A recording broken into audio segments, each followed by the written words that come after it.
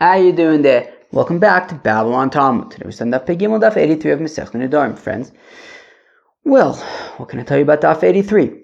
Well, we're talking about if, she makes a neder about stuff and some of it, I don't know, is beneficial, some of it isn't. What could she be made for? Alright.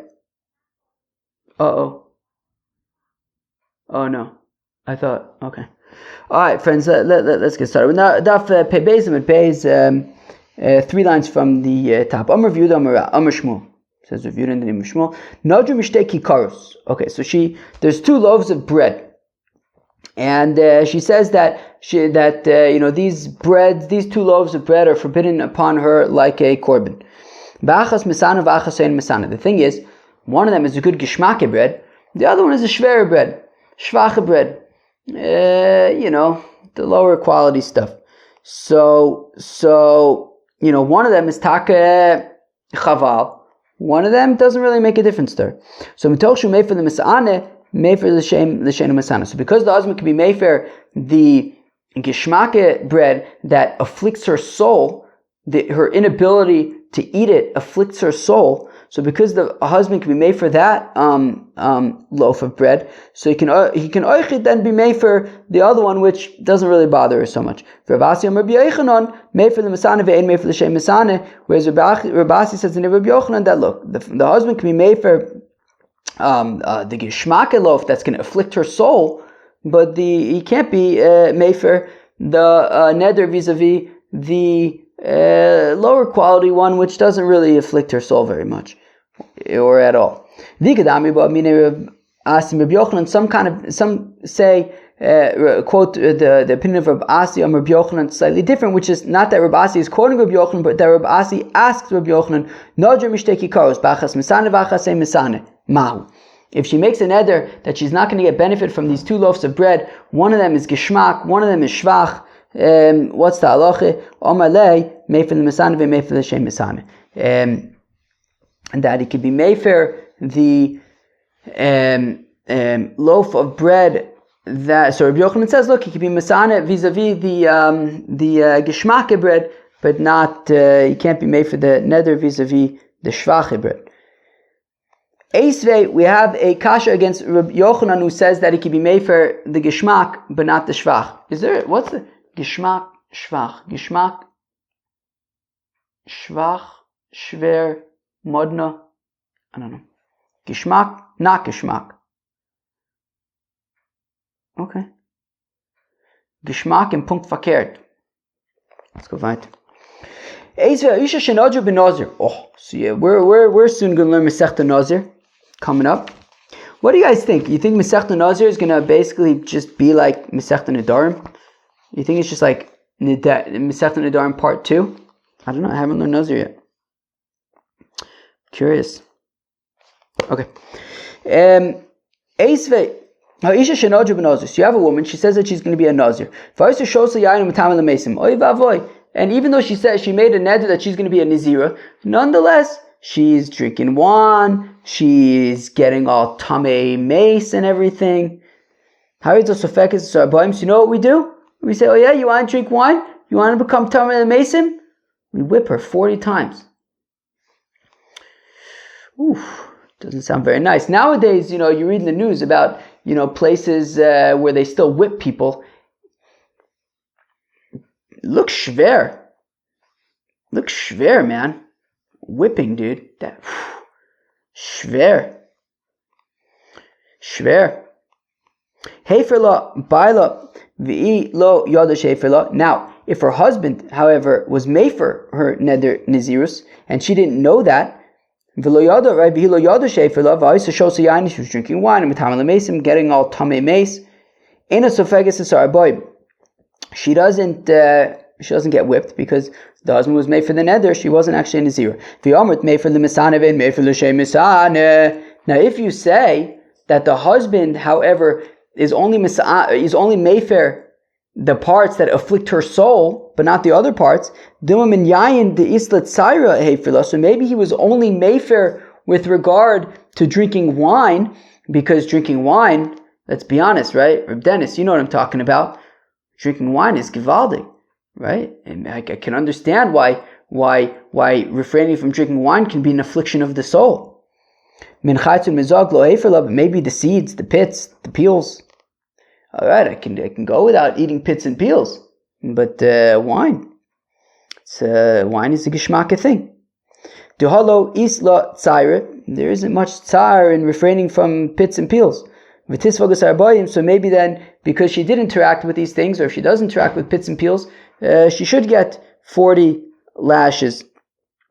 So it's a kasha on Rabbi Yochanan.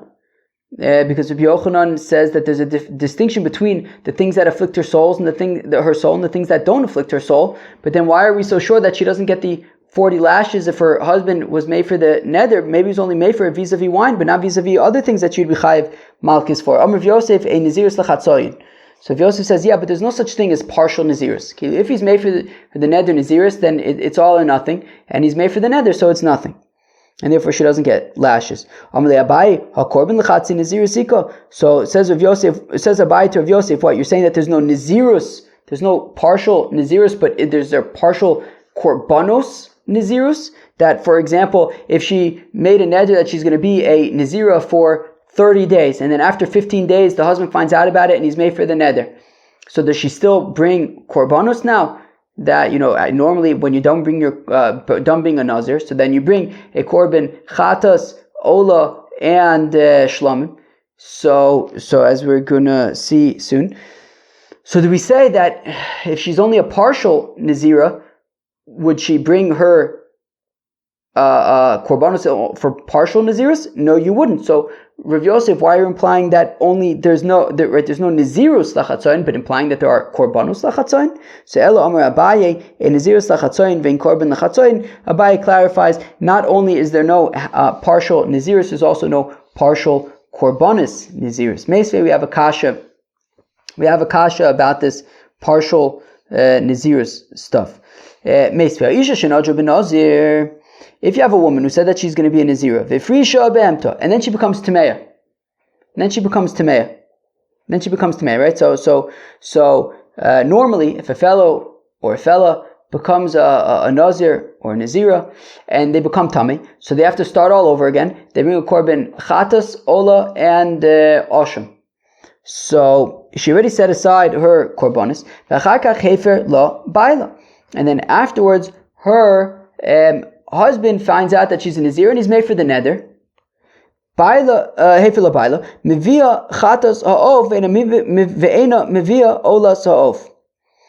the halacha is that she brings a chatas ha'of, but that's it. She doesn't bring the olas ha'of.